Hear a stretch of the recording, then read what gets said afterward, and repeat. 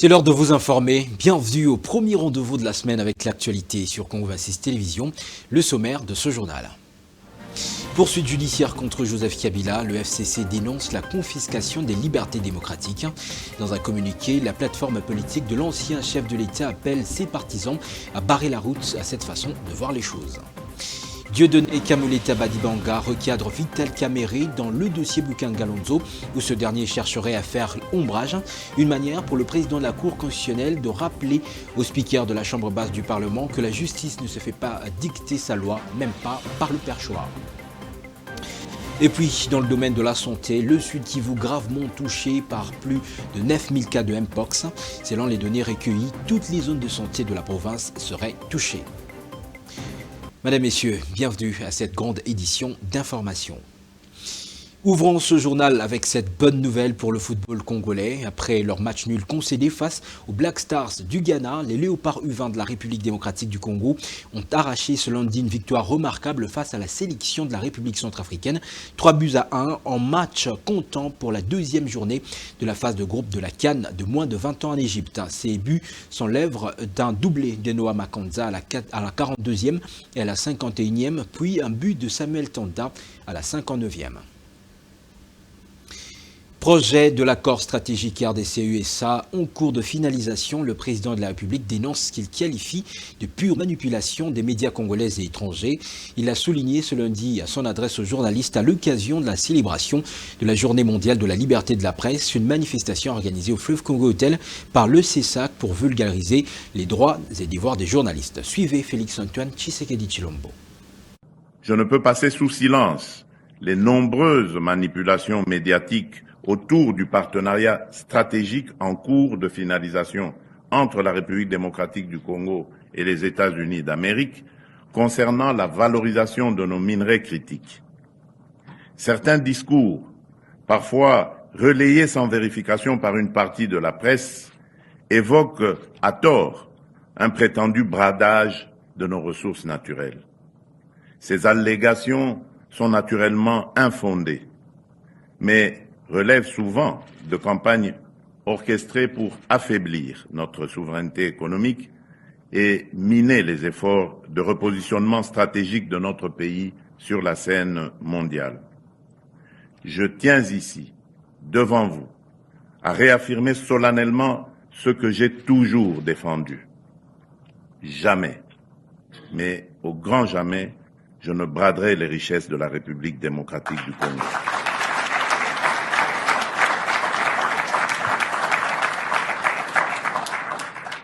J'en ai fait le serment devant la nation et je m'y tiendrai jusqu'au bout.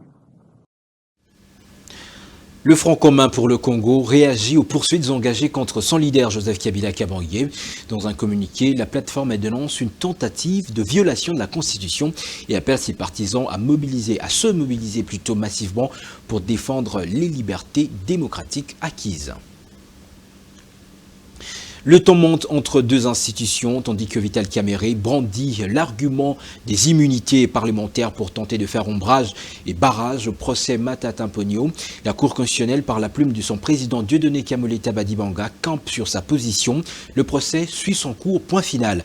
Une manière claire de rappeler que la justice ne se fait pas dicter sa loi, même par le perchoir. Le respect de l'article 151 de la Constitution impose que les institutions se prononcent librement sur les affaires dont elles sont saisies sans interférence ni entrave. C'est dans cette phrase que Dieudonné Kamoleta, président de la Cour constitutionnelle, a balayé d'un revers de plume la tentative d'ingérence de Vital Kamerhe, président de l'Assemblée nationale, dans le procès dit de Bukangalonzo ou Matata Ponyo. Par une lettre datant du 25 avril 2025, le président de l'Assemblée nationale a voulu imposer une lecture réductrice de l'article 107 de la Constitution invoquant l'immunité parlementaire pour interrompre une procédure judiciaire pourtant déjà bien engagée.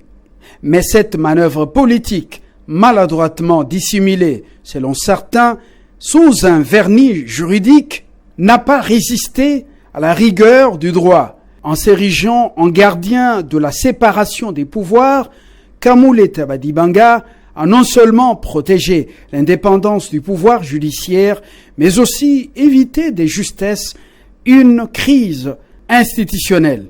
Une mise au point saluée par la société civile qui voit en cette réponse une victoire du droit sur les tentations du verrouillage politique. Par une lettre datée du 25 avril 2025, Vital Kamerhe, président de l'Assemblée nationale, a tenté de manière à peine voilée d'interférer dans le procès en cours contre l'ancien Premier ministre Matata Ponyo Mapon en s'abritant derrière une lecture littérale et juridiquement contestable de l'article 107 de la Constitution de la République.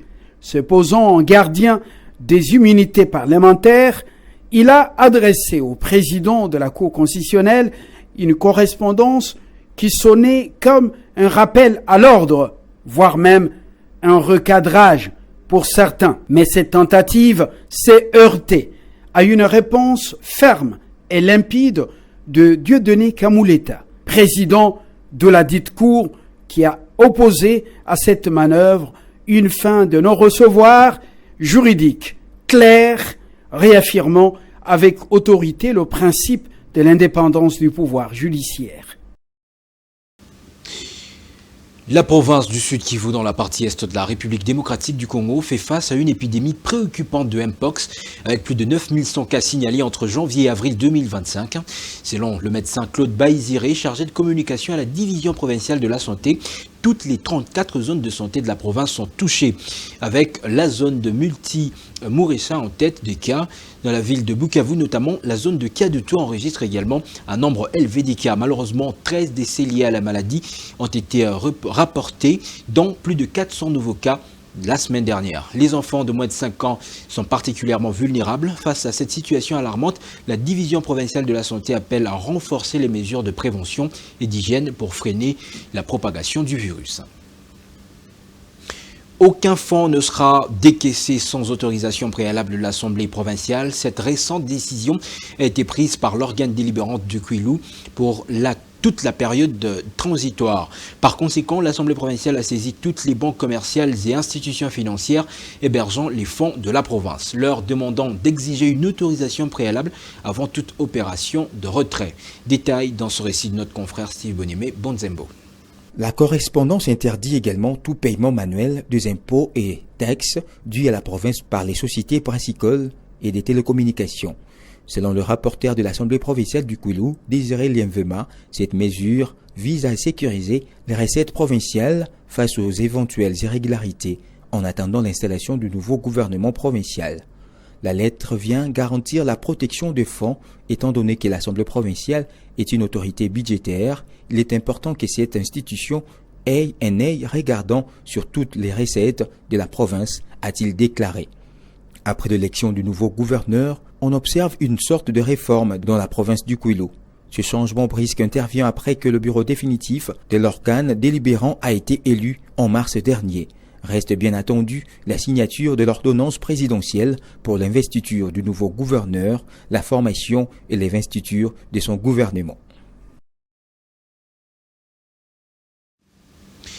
L'ancien président du Nigeria, Olusegun Obasanjo, en mission discrète dans la sous-région, a rencontré le président de la République, chef de l'État, Félix-Antoine Tshisekedi Tshilombo. Il lui propose d'ouvrir un dialogue politique inclusif et apaisé dans le cadre du processus de paix. Dans l'objectif de rendre hommage aux victimes de guerre et des catastrophes naturelles à répétition dans la partie est de la République démocratique du Congo, l'entente des ressortissants du territoire de Kalehe, dans le sud Kivu, a organisé une messe d'action de grâce à la cathédrale Notre-Dame du Congo. C'était en présence de la notabilité du coin et de plusieurs autorités du pays. Trésor Kearney Tambi et Célestin Kalombo Kabeya étaient sur place pour le compte de Congo 26 Télévision. Selon Norbert Mutinga, président de la tente des ressortissants du territoire de Kalehe, cette messe d'action de grâce est organisée en mémoire de la population du territoire de Kalehe, dans les sites Kivu qui ont perdu la vie il y a 2 ans suite aux catastrophes naturelles et qui ont endeuillé plusieurs familles. Si vous voyez l'engouement des gens ici à la cathédrale, il y a de cela 2 ans qu'il y avait des catastrophes naturelles dans notre territoire de Calais qui avaient emporté plusieurs personnes. Donc les gens pour le moment, donc les autres étaient portés disparus, on ne les avait même pas trouvés. Les gens continuent à pleurer. Et pleurer jusqu'à quand? Donc nous sommes venus implorer la grâce de Dieu parce que c'est lui le consolateur. Face à l'occupation du territoire de Calais par des mouvements terroristes, le numéro 1 de la structure dit avoir imploré le Tout-Puissant au cours de cet office religieux pour que les différentes négociations en cours aboutissent et que la paix règne dans les territoires. Nous sommes en train d'implorer le bon Dieu pour que cette guerre s'arrête. Il faut que ça s'arrête. C'est pourquoi nous avons, dans nos intentions, nous avons demandé au bon Dieu de donner aux autorités qui sont en train d'intervenir pour ces négociations, de leur donner la plus grande sagesse pour qu'ils négocient afin que ces guerres ne se répètent plus. Parce que trop, c'est trop. À titre de rappel, cette messe d'action de grâce a été célébrée en présence de plusieurs notables de la province du Sud Kivu et autorités étatiques venus rendre un vibrant hommage aux compatriotes disparus. Signalons en outre qu'un moment de partage autour d'un verre a marqué la clôture de ce programme dans la grande salle de la cathédrale Notre-Dame de Lingwala.